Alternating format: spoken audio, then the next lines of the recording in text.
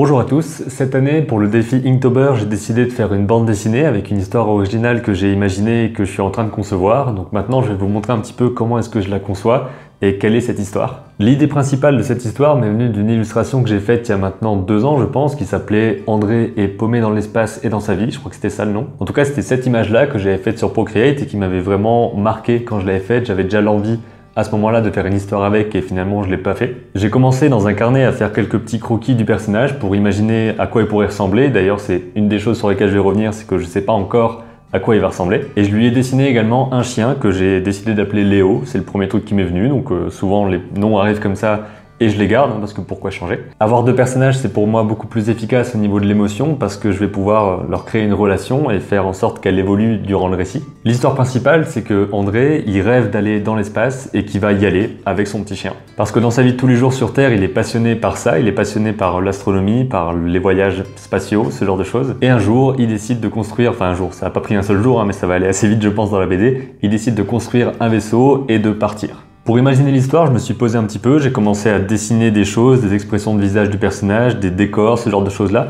Par exemple, ici, on voit que j'imagine que leur vaisseau va aller à un moment donné dans une sorte d'immense caverne, qui vont visiter différents mondes. L'histoire va vraiment se baser sur la relation entre les 2 personnages, mais ils vont voir différentes choses durant leur voyage et leur périple.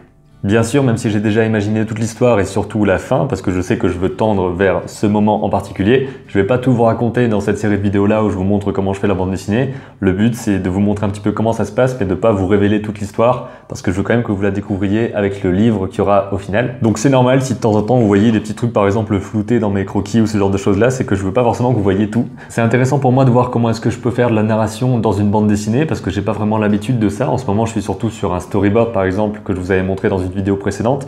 Donc dans un storyboard, il faut penser toujours le même cadre, alors qu'ici, je dois imaginer une mise en page avec des cases et surtout une narration séquencée directement en pleine page. Étant donné que le lecteur va en permanence voir une double page, il faut forcément que s'il y a quelque chose de surprenant, ce soit amorcé à la fin de la double page, donc sur la page de droite. Et quand on tournant la page, on ait une révélation, une surprise, ou en tout cas une information en plus à laquelle on ne s'attendait pas forcément. Et pour définir ça, j'ai fait dans mon carnet des petites doubles pages. J'ai simplement dessiné ça avec un gros marqueur pour imaginer quel serait le séquençage de mes planches et quel serait le rythme de l'histoire. Donc pour l'instant, j'ai pas forcément la mise en scène définitive. Je sais sur quelques passages comment est-ce que tout ça va se dérouler, quelles seront les cases et quels seront les moments les plus importants et les plus percutants. Mais il y a des tas de pages où je sais pas encore quelle sera la mise en scène. Et là, je sais même pas encore à quoi vont ressembler les personnages. Je suis encore en phase de recherche parce que pour l'instant, dans chacun de mes croquis, André, il a toujours un peu une tronche différente, donc je sais pas encore trop.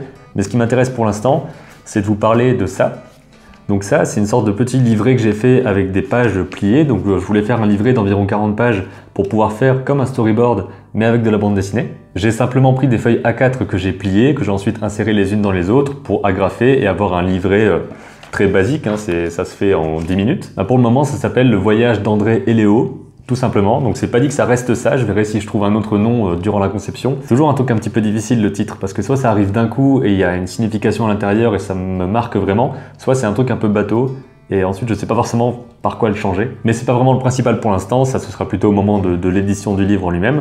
Donc dans ce petit livret-là, j'ai commencé par dessiner une planche, donc ce qui serait la 2e page. Et dans cette 2e page, on voit André à la fenêtre de son immeuble. Il est vraiment dans un immeuble gigantesque avec plein de maisons en dessous. Donc pour ce visuel-là, j'ai un petit peu en référence Blast de Manu Larsenet, dont je vous avais déjà parlé dans une autre vidéo, qui simplifie vachement les décors parce qu'il n'y a pas besoin de beaucoup. Je suis assez d'accord avec ça, le fait de suggérer, le fait de faire des décors assez simples, ça me plaît, en tout cas dans cette maquette-là. On verra si le style graphique de la bande dessinée correspondra à ce genre de choses ou pas.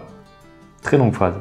Très longue phrase. Et ensuite sur la toute première page, qui est donc la page où on découvre qui sont André et Léo, j'imagine un petit peu comment est-ce que je peux introduire leur histoire. Donc je mets d'abord une case au-dessus avec juste le ciel et la lune, parce que c'est un élément important, évidemment l'espace, ils sont censés rêver à ça. Je savais qu'au milieu il y aurait une case qui fait toute la largeur de la page où on verrait l'intérieur de leur appartement, donc on verrait les différents posters au mur, les livres, ce genre de choses là, pour montrer quelle est la passion d'André pour l'espace. Et je savais qu'à la fin il fallait que j'ai une case assez grande où on le voit en train de regarder la lune depuis sa fenêtre, parce que forcément ensuite quand on tourne la page, on va arriver sur la pleine page avec la ville. Et là par exemple, j'ai mis le ciel avec plein de petits points qui symbolisaient les étoiles et que normalement ce sera un ciel tout noir avec des étoiles ou pas. Mais je pense qu'il y aura juste pas d'étoiles parce que l'idée c'est de pouvoir ensuite contraster avec la page d'après ou en tout cas les pages suivantes quand il va y avoir justement les étoiles et qu'il va pouvoir avoir un ciel beaucoup plus dégagé. Et sur la première page, il y a encore 2 cases où je ne sais pas exactement ce que ça va être, j'ai un petit doute là-dessus. Donc je me suis dit que par exemple, après avoir montré son appartement, on pourrait le voir en train de poser son livre et que c'est un livre sur la mécanique ou sur l'astronomie pour pouvoir montrer qu'il va construire quelque chose. Et la case d'en dessous, on le voit ouvrir la fenêtre. Je ne sais pas si c'est très efficace de faire ça, mais en tout cas, ça me permet de voir un petit peu comment est-ce que je pourrais mettre en page tout ça. Donc il y a des cases qui sont sûres de rester, et d'autres où je verrai bien si ça se modifie ou pas. Il faut vraiment penser ça comme une sorte de storyboard. C'est pas du tout un truc définitif, c'est une zone de travail où on peut jeter des idées et voir ce qui se passe. Pour l'instant, je travaille uniquement sur papier et avec des marqueurs à l'encre noire parce que ça me permet de dessiner assez rapidement et de jeter mes idées comme ça. Je pense que la bande dessinée finale sera faite sur une application, donc sur Procreate avec l'iPad, parce que ça me permettra d'être beaucoup plus souple en termes de traits, en termes de nuances que je pourrais avoir, en termes de matériaux aussi que j'ai pas forcément en vrai. Donc voilà où j'en suis pour l'instant pour cette histoire. Il y a beaucoup plus que je vous ai pas montré parce que comme je vous l'ai dit avant, il y a la fin, il y a des retournements, des choses comme ça que je garde pour moi. Mais je ferai certainement de prochaines vidéos pour vous montrer comment j'organise mon travail sur papier et sur tablette. Tout ça, ce sera pour de prochaines fois, donc je vous dis à bientôt et d'ici là, comme d'habitude, créez vos images et racontez vos histoires.